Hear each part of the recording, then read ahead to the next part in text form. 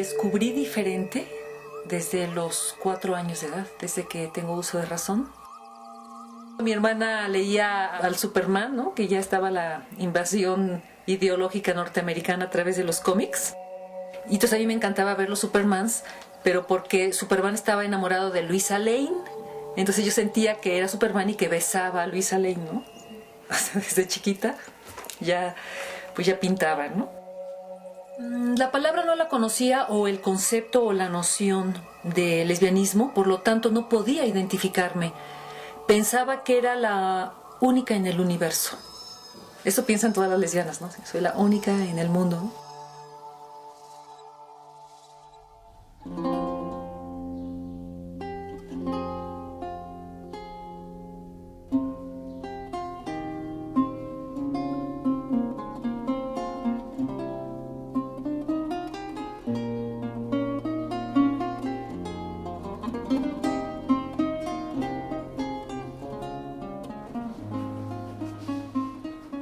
Bueno, no sé si fue un descubrimiento o una construcción, pero de muy chico descubrí que me gustaban mucho más las esculturas griegas de hombres que de mujeres.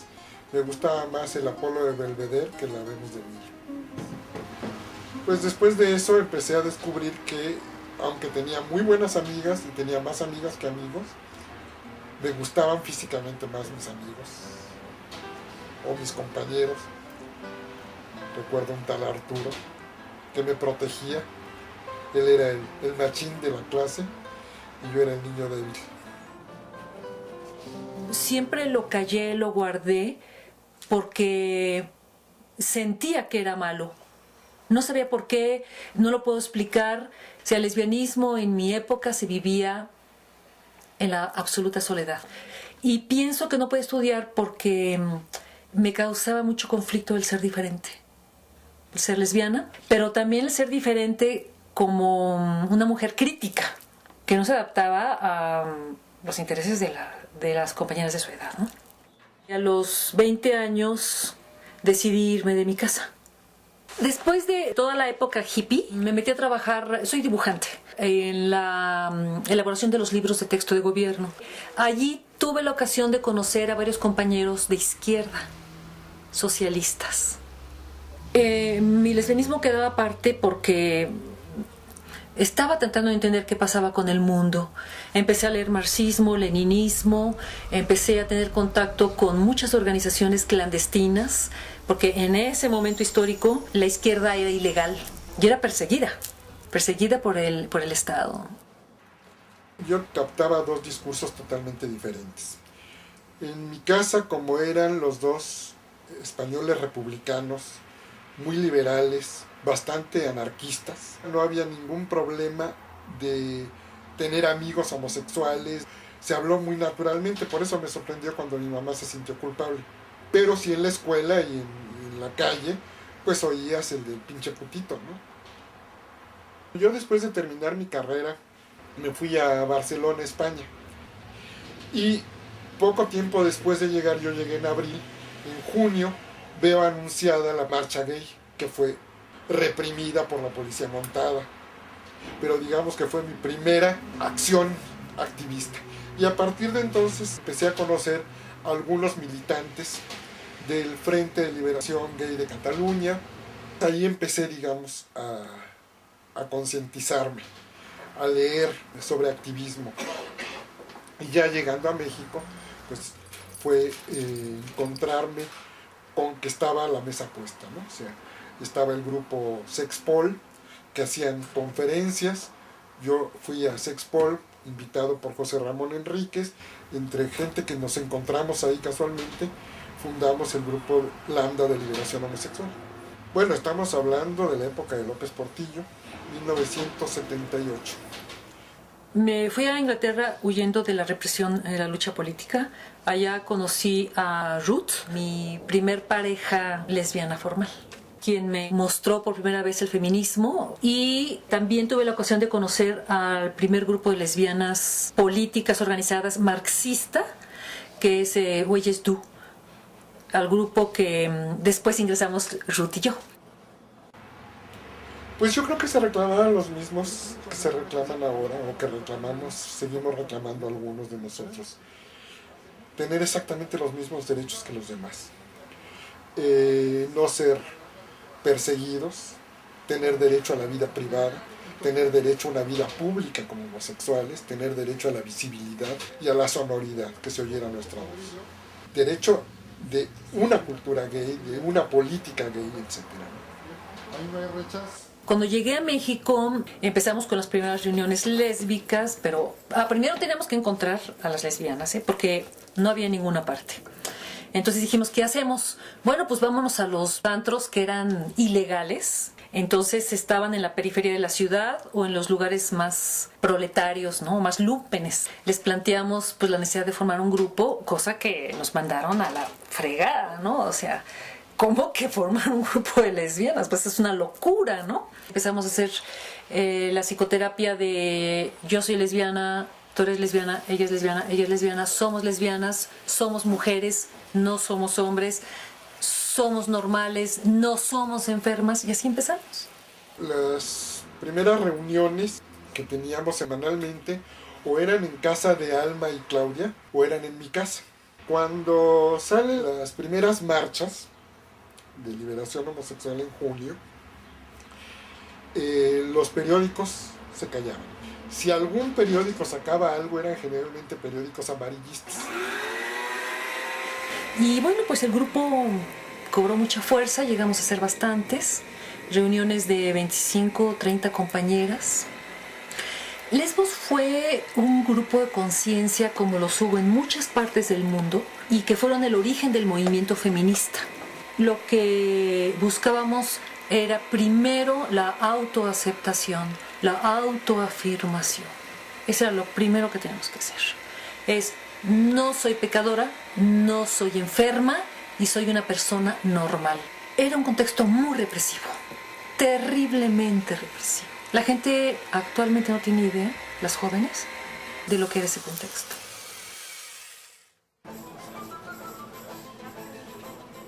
Los enemigos que podríamos considerar que tenía era la moral religiosa, la policía, y dentro de la moral religiosa estoy poniendo grupos como Provida, ¿no? Empezamos a denunciar algunas redadas, a hacer paros frente a la Secretaría de Salud o cuando se hacía alguna injusticia de algún tipo de estos, íbamos y protestábamos, ¿no?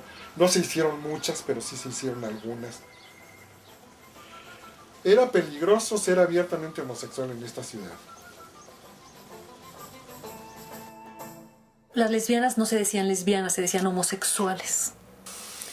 Y pensaban que eran hombres castrados o semi-hombres o el tercer sexo, pero no se identificaban como mujeres. O sea, no había una identificación entre el lesbianismo y el ser mujer, no la había. Teníamos como todos los grupos la buena intención de hacer cosas juntos, pero a la hora que nos juntábamos cada uno estaba muy clavado en su discurso. Jean María estaba muy clavada en el marxismo, leninismo, feminismo. Los de Lambda nos declarábamos socialistas y feministas. Los de FAR nos consideraban que éramos unos pequeños burgueses. Entonces hacíamos reuniones para discutir temas, pero generalmente terminaban ríspidamente.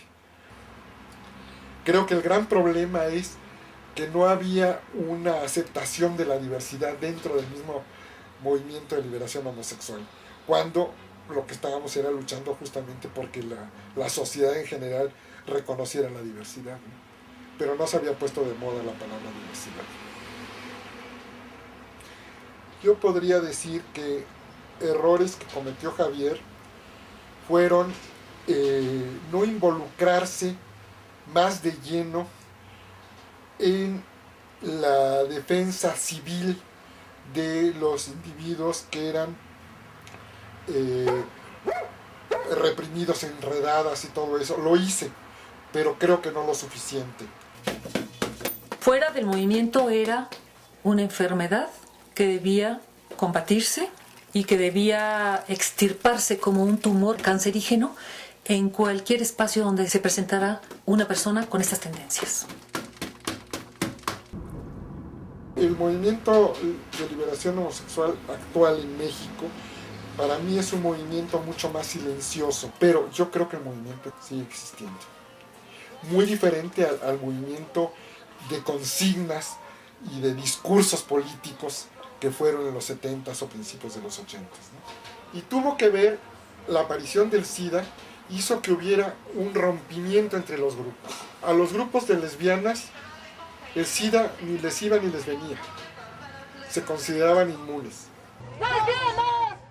La comunidad entre hombres y mujeres, ya sean heterosexuales y lesbianas, la habrá cuando podamos crear un sistema social libre de toda forma de explotación humana y de clases sociales. Otras no somos gays, no somos homosexuales, no somos bisexuales, no somos LGTB, no somos transexuales, no somos queer. Nosotras somos mujeres lesbianas en rebeldía. ¡Arriba las lesbianas! ¡No es cierto! ¡No es cierto! ¡Ay, a poco! ¿De veras? Yo siempre veía a México con tristeza, que era un país que era un gran rancho con muchísima gente, pero con una mentalidad muy de pueblo, con la parte mala, con la parte negativa de la mentalidad de pueblo. Y creo que poco a poco fuimos quitando vendas de los ojos, ¿no? Mi vida fue modificada por el movimiento, por la militancia, de dos maneras. La que tengo que reconocer como más importante de todas es que en el movimiento conocí a una persona que fue después mi pareja durante 25 años, hasta que desafortunadamente murió en el 2005, Luis Armando La Madrid García. Nos conocimos en el movimiento, nos conocimos en Lambda y vivimos nuestra propia liberación como pareja y nuestra propia liberación como homosexuales juntos.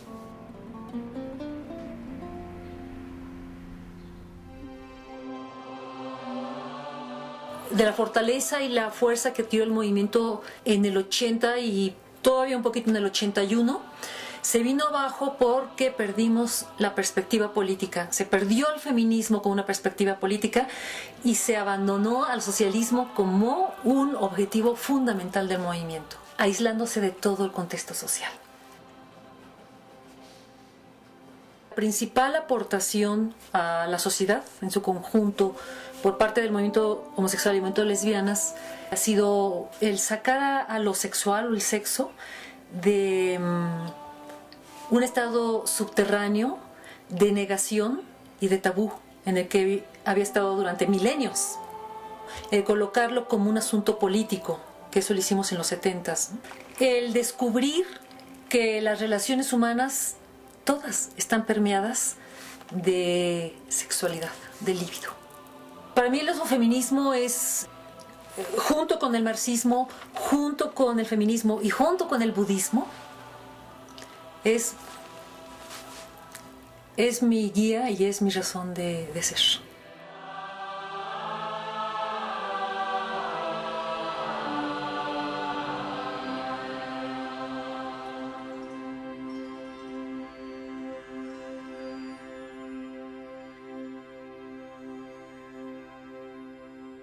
Don Diablo se ha escapado, tú no sabes la que ha armado, ten cuidado, yo lo digo por sí. Anda por rincones y se esconde en los cajones de la presa que decida conseguir. Seguir, si sigue así yo se lo voy a decir. Que te cante ay mi niña como gozo cuando guiñas. Yo quisiera darte un beso chiquitín con un swing por aquí por allí. Un beso chiquitín con un swing, un beso chiquitín con un swing. Te agarro